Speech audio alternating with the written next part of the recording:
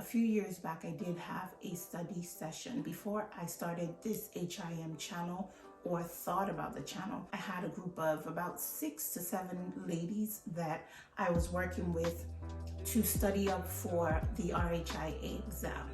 And I did similar to something like that for the RHIT. I haven't done that of recent. I normally study on my own at this point. In the long term, I may start doing that.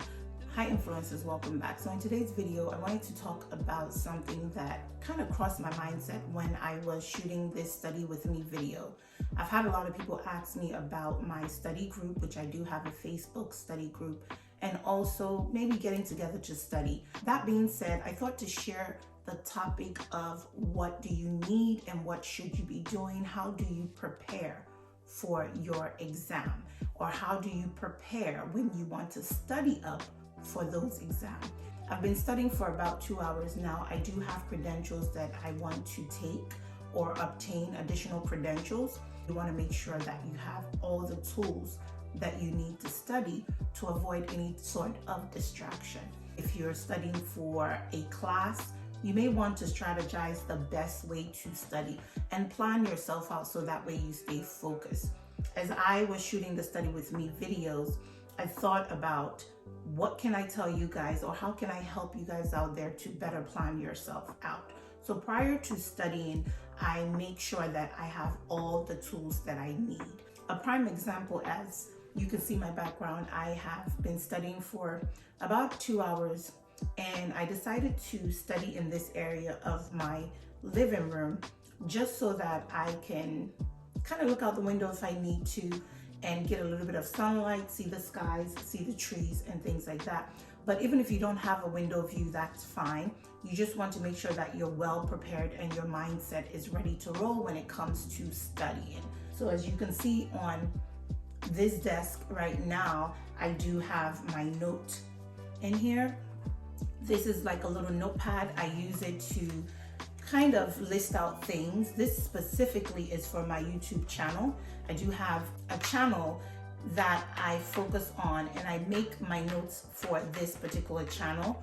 And then for my HIM channel, I also kind of divide this and then create my notes on this. But you want to have a notepad when you are studying. So I put this aside in case I do get video ideas or content, things that I can create video on, I will put it on this. So I always pull this out when I'm studying, but at the same time, it's the same thing like getting great ideas as you're studying and you want to make notes.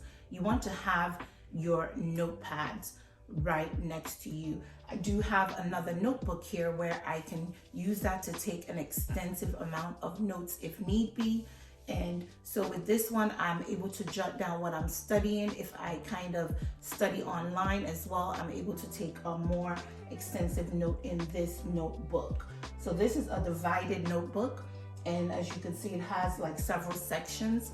I will break them down into different sections based on what I'm studying. You can use that per like the domains, for example. If you have the different sections in here with this notebook, you can have your domain 1, 2, 3, 4, 5. For example, the RHIA has about 5 domains, and you can split that in here.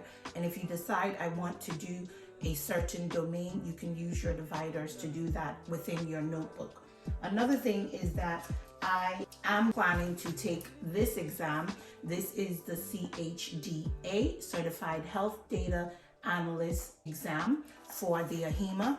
And you want to have your study guide ready to roll. You don't want to be looking for your study guide, have it close by, have your notebook close by. And what I do is I'm going to skim through. I tend to read the introductory part and any type of tips that you can get. And then I figure out what domain do I want to focus on, or what portion in the domain do I want to focus on. And that would be where I open up my page to. I have my note. You always want to have something to write with, of course. And you can also record yourself if you want to listen to yourself. Some people love audio recordings, and that helps them. For me, sometimes I will do an audio recording if I'm reading a particular session, so I can go ahead and listen to it if I'm cooking, if I'm cleaning. But you want to have some sort of note taking tool. So it could be your recorder, it could be a pen, pencil, so you're able to take your notes. I do have my AirPods here, or you can have any type of headset in case you want to listen to some music, as in classical music, jazz, something mellow, nothing that is going to distract you. Sometimes calming music or study music will help me also with information retention. And sometimes I just need it strictly quiet. So those are the things you might want to do. Maybe get some sort of, audio music gadget that can play classical music or study music as you study so that you can focus. Of course, my little chapstick in case my lips get dry, because sometimes it tends to do that. And I don't want to have to jump up multiple times looking for certain things that I use on the regular. So have those things nearby. I love to see my plants as well. That helps me kind of be in the mood to study. And then you want to always have your gadgets. Part of your gadgets could be your cell phone, just in case, but I do turn my cell phone in the no disturbing mode because I don't want anyone to disturb me. So I turn that on, and that way I'm not getting calls. Just like when you're shooting videos, I do shoot from my cell phone and not always my camera, and I will turn that on. So when you're studying, you want to make sure that's either on do not disturb, or you want to completely turn it off. Give yourself that hour, 30 minutes, and get your study in.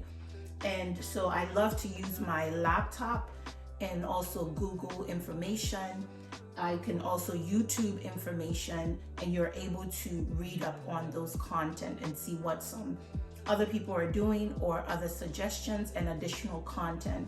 Sometimes with your laptops, you can also look for the images as well. So if you're talking about things like diagrams, or you're talking about graphs, you can actually Google that and not have to rely on your textbook and just that's it, really. You can rely on the textbook, and you can also see what is also new to date as to that information.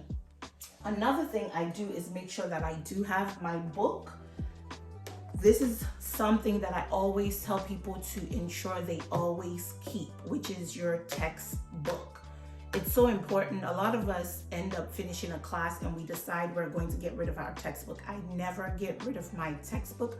I will do a video on that. It's so important that you keep them no matter how old they are, because a lot of the content does repeat itself. And also, yes, you may get newer things in what's trending, but just keep in mind that you want to be sure that you have your textbook, because that allows you to reference materials, content, topics that you're studying. So I love to go in here and cross-check things within my study guide, and then make sure, is it in here, read up on it. You get more detail, more insights, better understanding, better knowledge when you're able to refer back to your textbook. So that's something I always make sure that I have. And when I'm done with them, I compile everything in a certain box or a corner, so that way I don't have a lot of clutter. And when I'm ready to go ahead and study, I pull them all out, and I already have all my study tools together. So always make sure you keep your study book and your textbook in one section. The other thing that I think comes in so handy is making sure that you have what you want to nibble on or what you want to drink. This is my tea mug. This was given to me by my husband. It is so perfect because it keeps things warm. It can keep it cold for hours. So I love to drink a lot of tea. Sometimes I just do lemon and hot water first thing in the morning. And then I also have my coffee here if I need to. I'll make me a small coffee, especially early in the morning if I want to kind of stay awake. So I do have my mug and my tea. You could do your water, you could do your juice. I wouldn't say do a lot of eating when you're studying, but you can also grab a little maybe snack bowl with things like pretzels, maybe grapes or whatever it is, carrots, so that way you don't get a little bit too bored. But studying is not about eating, but sometimes you may want to snack on something, nothing huge. And then make sure that you're taking those breaks, maybe 10 minutes in between your study session. But usually once I have my liquid, could be water, tea, coffee, I'm good to go for a good 2 hours, and I don't really stress about really nibbling on anything. And then when I take those 10-minute breaks or 15-minute breaks, I can now grab something healthy to eat, like maybe 2 boiled eggs, an avocado, something like that. Then if I really have a longer break, which might be 15 minutes, I'm able to grab a quick sandwich if I need to. But I try to stick to that time frame, and then set out your time clock. That's one thing I don't have here, but I do reference my clock here on my laptop. Maybe set that time slot for that 2 hours, 1 hour, 30 minutes, and make sure that you have that ticking away so you're able to focus and strictly study for your exam. So I wanted to bring you guys this video just so that you can understand that you really have to plan and prep to study. If you don't set that time aside, you're going to procrastinate, you're not going to get it done, you're not going to have time to study. And I also pick a good time frame. One other thing is when the kids are gone. So like this morning or early in the afternoon, I can always go ahead and study up and not worry about the kids, distracting me or anything. If they're gone for school and I have an off day, I plan to do my studying during the early portion of the morning. Although I do have sometimes my team or leadership reach out to me because I do qualify for the on-call status. And so sometimes they will reach out to me, but once I have a do not disturb, I may get a text. If there is a patient urgent issue, they'll reach out to me. So you just want to make sure that you set that time aside when you have no distraction, when you have no hindrance, and just focus and study. This will help you better strategize how to study and help you hurry up and take that exam and pass it. All right, guys, so that's it. I'm going to stop rambling here. I just wanted to let you know. Let me know what you feel about this video, as in, like, what do you do when you study? How do you plan yourself accordingly? Are you taking time aside? Because another thing is, how do I study if I'm at work? I will do a video on that so that you guys can know how to strategize a study plan when you're working. Some of us do work remotely, but I have worked remotely and I have worked on site while in school. So I do have some good strategies that you can use when you're studying while you're working. And so let me know if you want to see that video. Again, comment down below. And also don't forget, if you found this video to be helpful, useful, valuable, make sure you give me a thumbs up, like, and then I also hope that you will subscribe, support your girl, so that I can continue to provide great content for you all. And I will see you on the next one.